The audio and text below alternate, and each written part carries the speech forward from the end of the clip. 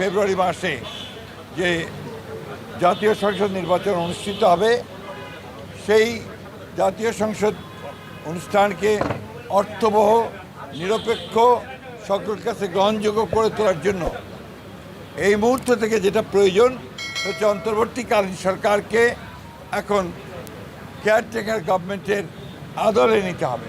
অর্থাৎ কেয়ারটেকার গভর্নমেন্টের বলতে আমরা যা বুঝাই, অর্থাৎ তত্ত্বাবধায়ক সরকার, সেই ভূমিকায় তাদেরকে যেতে হবে।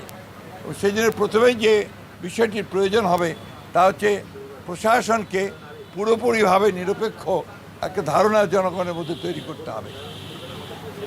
বিশেষ করে সেক্রেটারিয়েটে যারা এখনও আছেন, যাদেরকে চিহ্নিত ফ্যাসিস্টদের দোসর বলা হয়, তাদেরকে সরিয়ে সেখানে নিরপেক্ষ কর্মকর্তা দেওয়ার জন্য আমরা বলেছি যে প্রশাসনেও, জেলা প্রশাসন বিশেষ করে, সেখানেও একইভাবে ব্যবস্থা গ্রহণ করতে হবে।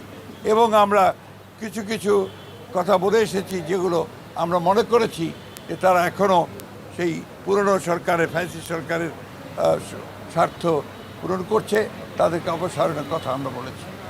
আমরা সেই সঙ্গে পুলিশের নিয়োগের ক্ষেত্রে, বিশেষ করে যে সমস্ত আপনার নতুন করে নিয়োগ দেওয়া হবে বা আপনার পদোন্নতি দেওয়া হবে, সেই ক্ষেত্রে একদম নিরপেক্ষ অবস্থা নেওয়ার কথা আমরা বলে এসেছি যে বিচার বিভাগে, বিশেষ করে হায়ার জুডিশিয়ারিতে এখনও যে সমস্ত ফ্যাসিস্টদের দোসর আছেন তাদেরকে সরিয়ে সেখানে নিরপেক্ষ বিচারকদের দেওয়ার ব্যবস্থা করতে হবে।